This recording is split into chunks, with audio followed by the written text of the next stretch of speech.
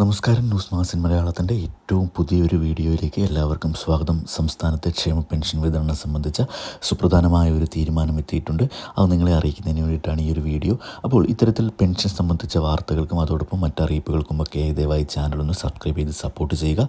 Video ഒന്ന് like ചെയ്ത് കൂടി കാണുവാൻ ശ്രദ്ധിക്കുക. നമുക്കെല്ലാവർക്കും അറിയാം, സംസ്ഥാനത്ത് 1600 രൂപ വീതമാണ് ക്ഷേമ പെൻഷൻ സംസ്ഥാന സർക്കാർ 62 ലക്ഷത്തോളം പെൻഷൻ ഗുണഭോക്താക്കൾക്കായി നൽകി വരുന്നത്.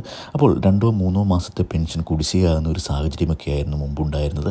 എന്നാൽ 2024 ഏപ്രിൽ മാസം മുതൽ, അതായത് ഏപ്രിൽ മാസത്തെ പെൻഷൻ തൊട്ടടുത്ത മാസം മെയ് മാസത്തിലാണ് കൊടുക്കുന്നത്.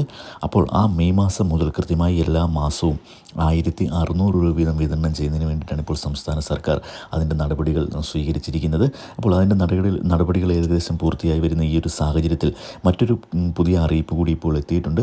നമുക്കറിയാം, കുടിശ്ശിക ഇപ്പോൾ 2 മാസത്തെ പെൻഷൻ തുക കൊടുത്തു തീർക്കുന്നുണ്ട്.